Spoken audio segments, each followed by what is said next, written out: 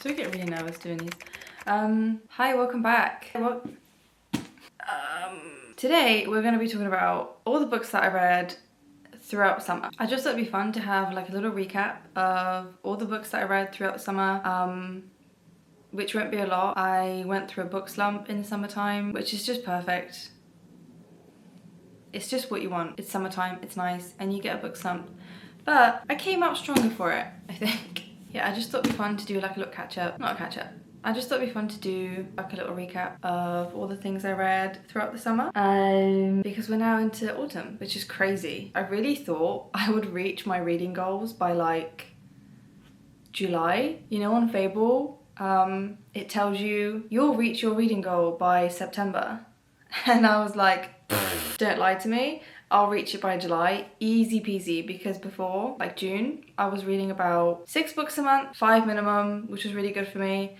And then my book slump hit. I still haven't reached that goal, and it's September. So Fable wasn't lying, it was just being realistic, and I'm a dreamer, so I wasn't liking it. I actually started off summer really, really well. Me and my friend decided to read Magnolia Parks together. We read the first one, Magnolia Park, and we really enjoyed it. I think I rated it 4.5 stars. It's such a popular series with so many people. In June, we read Daisy Hates, which is, I want to say, the second book in like the Magnolia Parks universe, but it is like you have the Magnolia Parks books, and then in between you have the Daisy Hates books, which I think are all like one thing.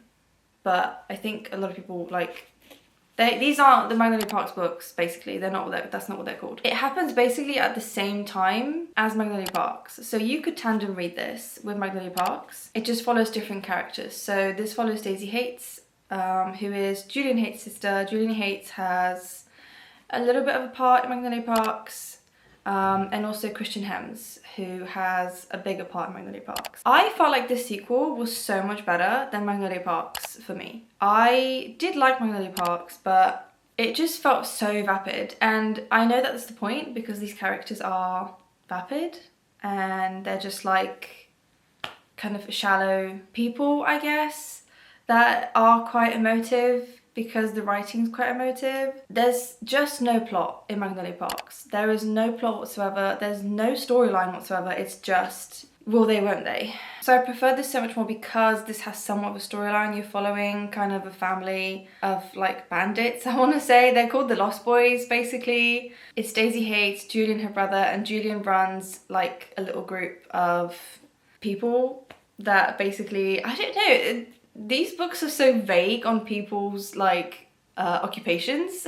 So you kind of try and have to read between the lines of what they do for a living. But he steals art, and he also deals with like armory. I don't know what he does, but he does it well, and he gets paid a lot of money. I love this book so much more because I love Daisy Hates. I find Magnolia really frustrating. And I really loved Christian. I think Christian is such an underrated character in these books as like a male lead. And you also get the extra point of view from Julian. So that's really interesting, and it just adds a bit more flavour to a book that is essentially just about love and the turmoils of love and will they, won't they, and on and off and stuff like that. There was a little bit in this book where I really didn't like Daisy. I just liked her so much more than Magnolia Parks. And I actually cannot wait to read the second one of these. And me and my friend are actually in the same boat, because we want to read the next Daisy book, but before you read the next Daisy book, you have to read the next Magnolia book, which I'm kind of like not itching towards, so we'll see where I get with that. But I did finish this, and this was a great start. I really loved it. I then read Shield of Sparrows, and I'm sorry, but I rated this, I don't even know, I think I rated this 2 stars, and that's being generous. I don't know what happened. Everyone loves this book so much. I feel like I just completely missed the point, the storyline, the plot, the magicalness of it. I didn't get any of that. People talk about the world building being great and the magic system being great, and I just don't get it. And I actually feel like I missed out, because every time I see this book on TikTok, people rate it like 5 to 6 stars, and it just makes me laugh. The first 100 pages were great, don't get me wrong, but then it just goes totally downhill for me. I thought the plot twists were, it just didn't make any sense. They just weren't feasible. I just thought this actually is wrong. That does make sense. I thought the main character was so frustrating. The main character's main characteristic and like her personality trait is that she's really inquisitive and she asks a lot of questions. And everyone's like, you ask so many questions. You're so intuitive and inquisitive. You just want to know everything. And I was reading it thinking, hold on a minute. This is a main character. And as a main character, it is kind of your job to ask questions, right? Because me as a reader, I know nothing. And you're my avatar. So I know things because you know them. So therefore it was natural to me that she was asking questions. But everyone in the book kept making such a big deal about her asking questions. And I was like, but I want to know. I have to know information. And you're not giving it to me. And the thing I really hate, a pet peeve I have, one is travel, which there was a lot of and it was boring. And two is not getting information at the right time. I'm not saying I want to know everything right now, but I also didn't want to feel like a donkey chasing a carrot on a stick.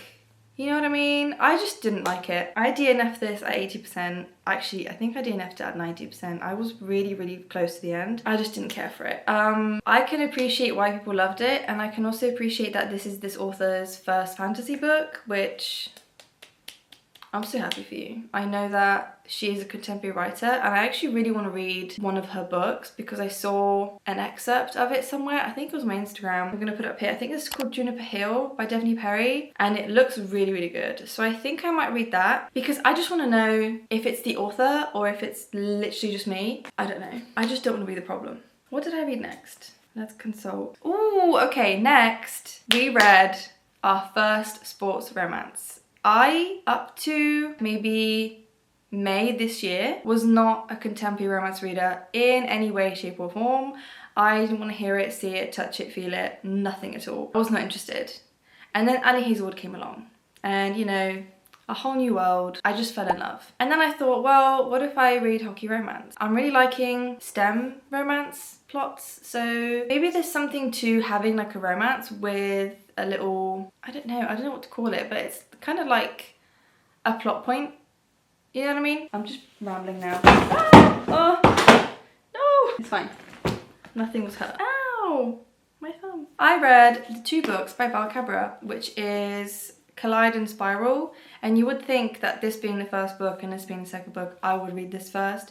I read this first because it has a ballerina, and to be honest, when there is a book series, I prefer to go in to the middle and then go back and read the previous ones because I feel like if you go in from this point, like if I read this first, I don't think I would have read this straight away. But this was my first hockey romance, sports romance. Yeah, I tend to go for the second book because I just feel like the writing's better, authors are more confident, the characters are more confident, and then it's nice to go back and it's like you're getting the little prologue with the books before, you know what I mean? I give this 5 stars. I questioned my 5-star rating for quite a while because I thought, I don't know why I questioned it. I think I cared a bit about like, I don't even know what I cared about, but I don't care now. I think this is 5 stars because basically in my perspective, my point of view, there was just nothing wrong with this book. I couldn't find a fault. I thought the writing was really good. I thought the pacing was really good. I thought the storyline made sense. It's fake dating, but fake dating done really well, where it's like, feels like genuinely mutually beneficial for both parties, okay? So this book basically follows Elias Westbrook and Sage Beaumont? I don't know. Elias and Sage. Sage is a ballerina and she is trying to get a part in a really prestigious ballet in a nice theatre with lots of people and everything, all the good stuff. Oh my god, wait. I can say this. Sage, yeah, she wants to be a ballerina.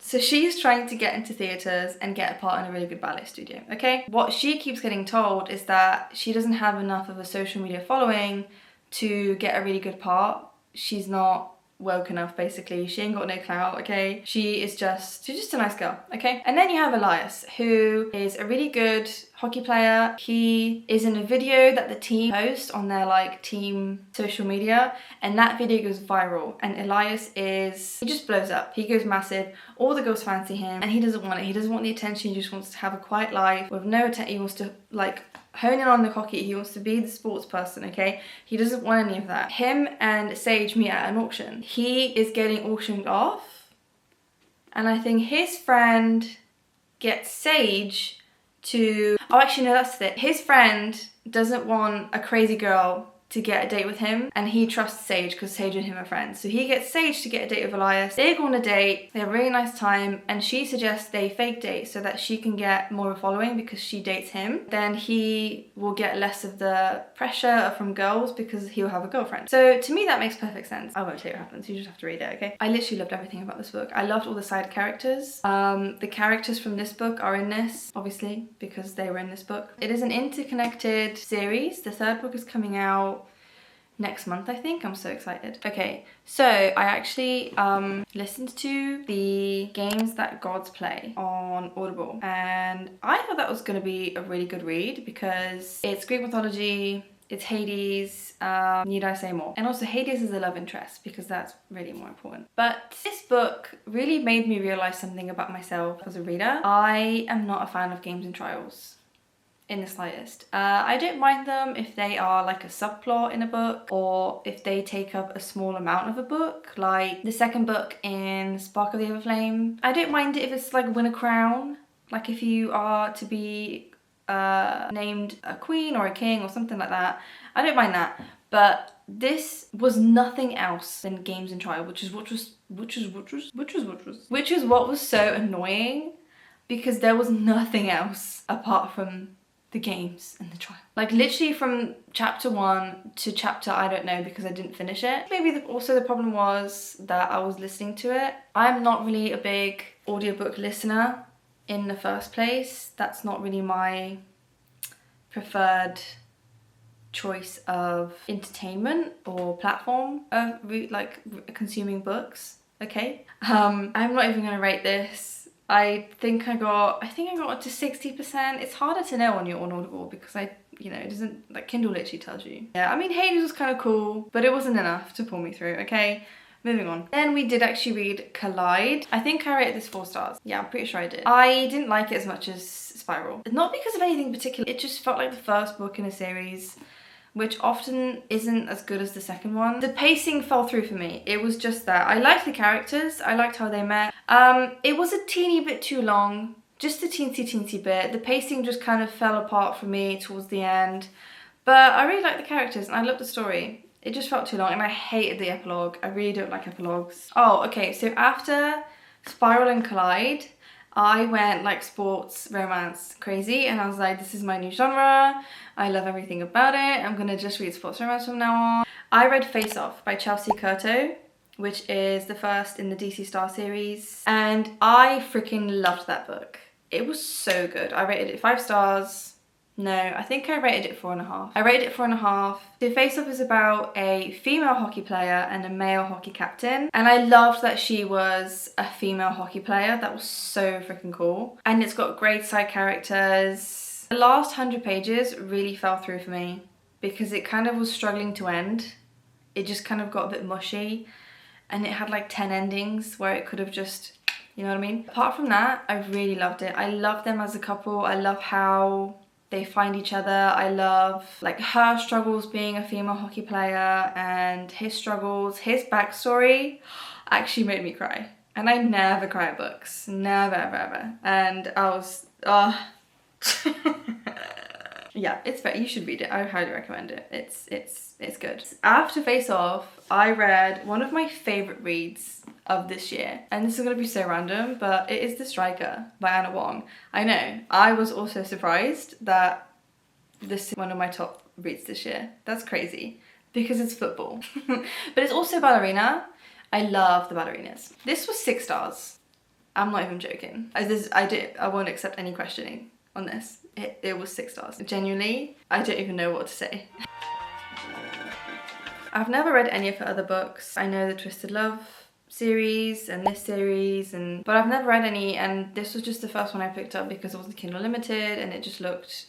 Basically, it was a ballerina and that's what I need to know. I love the writing. It follows Asha, who is a footballer, and Scarlett, who's a ballerina. Scarlett was in an accident which made her not be able to do ballet to the standard that she wants to do ballet, which basically gave her a bit of anxiety, and she never really tries to be as good as she was anymore. She just wants to kind of be a teacher and is happy with that. And Asher is her brother's enemy. So her brother is on the same team that Asher is. They play for a football team I do not know the name of. And they hate each other. They really hate each other. Their coach is like, right, you two, I'm fed up. You need to sort your stuff out.